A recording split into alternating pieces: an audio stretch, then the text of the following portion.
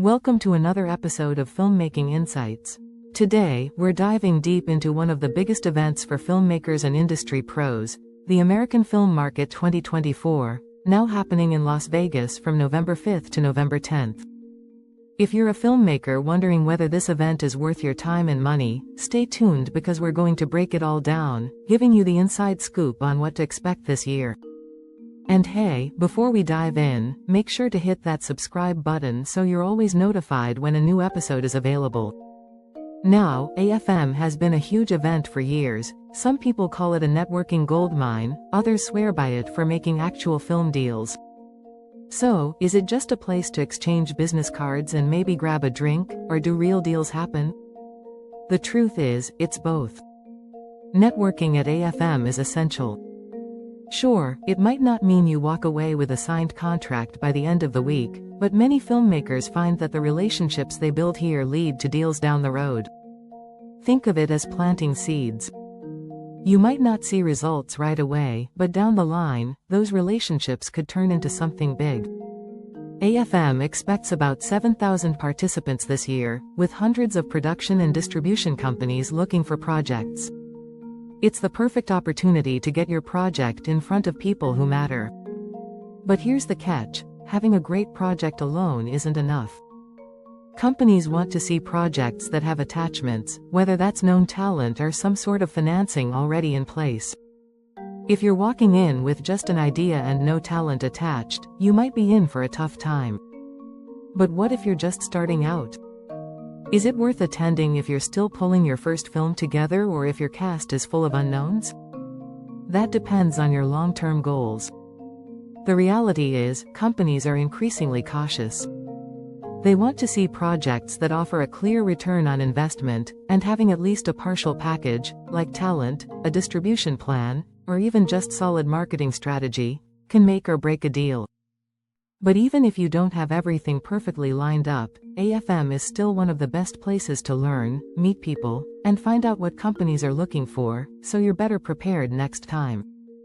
And now, let's talk about some classic mistakes filmmakers make when attending AFM. First off, not doing your homework is a big one. You need to know who you're meeting with and what they're actually looking for. Don't just walk into random meetings hoping to get lucky. Research the companies and find out what kinds of films they've produced or distributed in the past. The more targeted your approach, the better your chances of landing meaningful conversations. Another common mistake is showing up with no attachments, no talent, no completed script, no plan. Companies are there to make money, and they want to know you've thought through how your project will be marketable. Overlooking your marketing and distribution strategy is a killer. You've got to show how your film will live after it's been made, whether through festivals, streaming platforms, or niche audiences. One question we hear a lot is it worth the cost to go? And it's true, AFM isn't cheap. Between the event pass, travel, hotel, and meals, you could be looking at $2,000 to $4,000 for the whole week. But if you have a strong project, that cost can be seen as an investment in your future. On the flip side, if you're just starting out and the budget is tight, some filmmakers have found success by reaching out to companies through email or online meetings. While it's not the same as being there in person, it can still help you build connections. Just don't expect it to replace the power of face-to-face interaction entirely. Now, let's dive into something a lot of indie filmmakers wonder about. Why would a company take a risk on an indie project without known talent? Well, it can still happen, but it's harder than it used to be. Many companies are looking for projects that are low risk with clear potential to make money. That's where things like genre appeal come into play. Horror films, faith-based films, and thrillers, these tend to do well at AFM because they have loyal fanbases. Also, projects that have proven success, like social media followings or festival buzz, are more likely to attract attention. Basically, if you don't have known talent, you need something else that shows your film will be marketable. Okay, let's break this down. If you're going to AFM, you need to go in with a plan. Know who you want to meet, have a polished pitch, and be ready to talk about marketing and distribution. Whether or not you walk away with a deal, it's all about playing the long game.